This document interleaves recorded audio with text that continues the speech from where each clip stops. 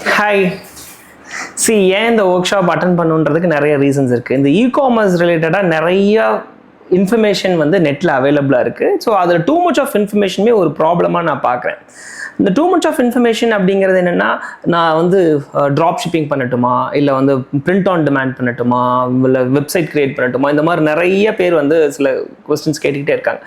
இதெல்லாம் கம்பேர் பண்ணுறப்ப நான் என்ன சொல்கிறேன்னா, Amazon FBA is the best one out of everything வச்சுக்கோங்க. ஏன்னா because around 18 crore Amazon Prime users are in US. அதாவது அமேசானோட அமேசானோட இந்தியாவை கம்பேர் பண்ணினா யூஎஸோட ஸ்ட்ரென்த், யூஎஸோட அமேசானோட ஸ்ட்ரென்த் வந்து இந்தியாவோட 10 times higher than rest of the கண்ட்ரிஸை விட 10 times which is bigger. So அப்போ அங்கே விற்கிறது தான் வந்து விச் இஸ் வைஸ்ன்னு நான் நினைக்கிறேன். அதை தாண்டி வந்து இந்தியாவில் விற்கிற செல்லர்ஸோட மார்ஜின்ஸ் வந்து வெரி வெரி வெரி லெஸ். அப்புறம் இவங்க இந்தியன்ஸ் குருஸ் சொல்கிறதோட பாயிண்ட்ஸுக்கும் எனக்கும் நிறைய வித்தியாசங்கள் இருக்குது. இவங்க சொல்கிற மெத்தடாலஜின்னா, you find one best selling product and you get the source from outside, either China or India மார்ட்லேருந்து ஒரு சோர்ஸ் பண்ணுங்க, அந்த ப்ராடக்டை லிஸ்ட் பண்ணுங்க, அது சக்ஸஸ் போனதுக்கப்புறம் அந்த ப்ராசஸ் அப்படியே ரிப்பீட் பண்ணுங்கன்னு சொல்கிறாங்க.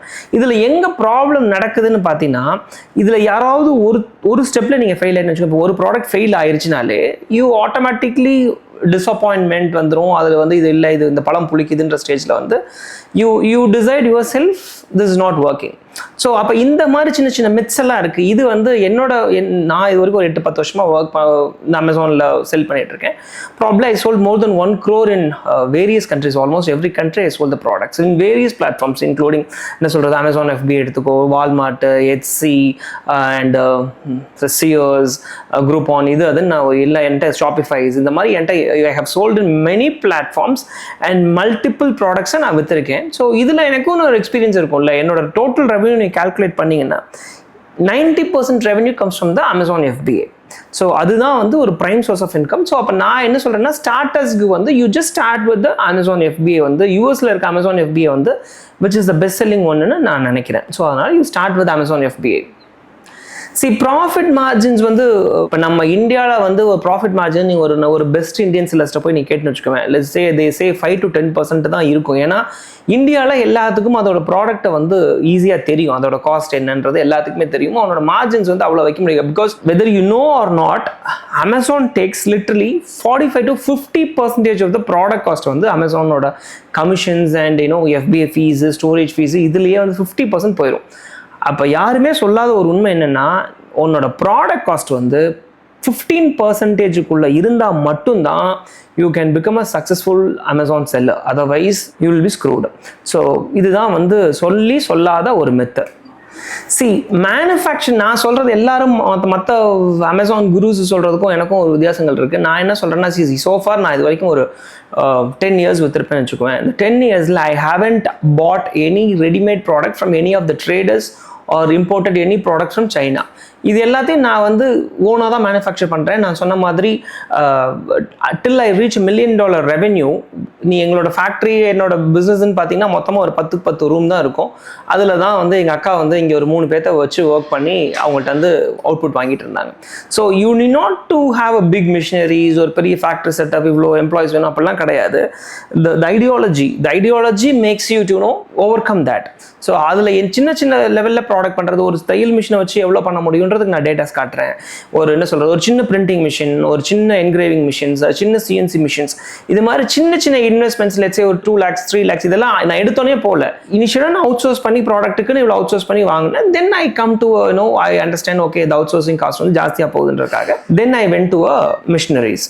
ஸோ எடுத்தோன்னே மிஷினரிஸ் போகணும்னு அவசியம் கிடையாது. $1 million ரெவென்யூ வர வரைக்கும் நான் வந்து காக்னிசன்ட்ல ஒர்க் பண்ணிட்டு தான் இருந்தேன். as a software engineer. I go to office at 9 o'clock and come back by 6 o'clock. So இது வந்து இது ஈஸிலி அச்சீவபிள் தான் பார்க்குறேன். இட் இஸ் நாட் வெரி ஹெக்டிக்கான ப்ராசஸ் கிடையாது. You get the products monthly. ஒரு சாட்டர்டே சண்டேஸில் ஒரு 2 நாள் 3 நாள் ஒர்க் பண்ணால் போதும். இந்த ப்ராசஸ் வந்து வெரி சிம்பிள் தான். You make a product and send to Amazon FBA. அங்கே இருந்துட்டு Amazon will take care of everything. They will send to the customers. நீங்கள் ஒவ்வொரு ப்ராடக்ட்டும் பேக் பண்ணி ஷிப் பண்ணணுன்ற அவசியம்லாம் கிடையாது. Amazon itself will take care of everything on behalf of you. நீங்கள் வந்து பேசிக்காக அந்த Amazon ads, அந்த பர்ஃபார்மன்ஸ், அந்த கீவேர்ட்ஸ் இதெல்லாம் மட்டும் கொஞ்சம் பார்த்துக்கிட்டு இருந்தால் போதும். இந்த ஒர்க் ஷாப் வந்து என்ன சொல்கிறது, நான் 10 இயர்ஸ் கற்றுக்கிட்டதோட ஒரு இம்ப்ளிமெண்டேஷன் மெத்தடுன்னு சொல்கிறேன். நான் அதில் நிறைய கற்றுருப்பேன் இல்லையா. அப்போ ஒரு லிஸ்டிங் எப்படி போடணும், நான் யாருக்கிட்டையும் எந்த குருக்கிட்டையும் போய் கற்றுக்கல, எந்த ஒரு செல்லர்ஸ் கிட்டையும் போய் நான் கோச்சிங் கிளாஸ் எடுத்துக்கல. நான் வந்து என்னோட ப்ரோஸ் அண்ட் மைனஸை வச்சு நான் வந்து அதுக்கிட்ட கற்றுக்கிட்டேன். நானாக செல்ஃப் டாட்டாக தான் கற்றுக்கிட்டேன். ஸோ இதில் நிறைய தப்புகள் இருக்கும். இப்போ நீங்கள் நெட்டில் பார்க்குற இன்ஃபர்மேஷன்ஸ் எல்லாம் வந்து ஒரு என்ன சொல்கிறது, ஒரு டெம்ப்ளேட் பேஸ்டாக இருக்கும். எல்லாரும் சொன்னதையே திருப்பி சொல்லியிருப்பாங்க. But I learn from my own. So என்னோட செல்ஃப் எக்ஸ்பீரியன்ஸை தான் நான் வந்து ஒரு கம்ப்ளீட் இந்த 8 hours ஒர்க் ஷாப்பில் ஷேர் பண்ணுறேன். அந்த ப்ராடக்ட்டை நான் எப்படி ஐடென்டிஃபை பண்ணேன், இது எப்படி எதனால் அந்த ப்ராடக்ட்டை செலக்ட் பண்ணேன், அதை எப்படி ஸ்டிச் பண்ண ஆரம்பித்தேன், எப்படி வந்து அதை மேக் பண்ண ஆரம்பித்தேன், அந்த மேக்கிங் ப்ராசஸ் எப்படி என் மைண்டில் வந்தது, அதுக்குண்டான வெண்டர்ஸ் யார், எப்படி தேடணும் அப்படிங்கிறதுலேருந்து ப்ராடக்ட்டை எப்படி லிஸ்ட் பண்ண ஆரம்பித்தேன், அதுக்கு என்னென்ன டூல்ஸ் யூஸ் பண்ணுறோம், எப்படி வந்து சார் ஒரு ப்ராடக்ட்டை கண்டுபிடிக்கிறது அப்படிங்கிறதுக்கு ஒரு டூல் இருக்கும் இல்லையா. ஸோ அந்த டூலை கண்டுபிடிக்கிறதுலேருந்து எல்லாத்தையும் I learned on my own. So இந்த எக்ஸ்பீரியன்ஸ், இந்த 10 years ஆஃப் எக்ஸ்பீரியன்ஸ் தான் ஷேர் பண்ணுறனே தவிர அப்படியே நான் வந்து வானத்துலேருந்து குதிச்சு வரல. So I also learned on my own. என்னோட மிஸ்டேக்ஸை தான் நான் உங்களுக்கு ஒரு ப்ரூவன் ரெக்கார்டாக உங்களுக்கு காட்டுறேன்.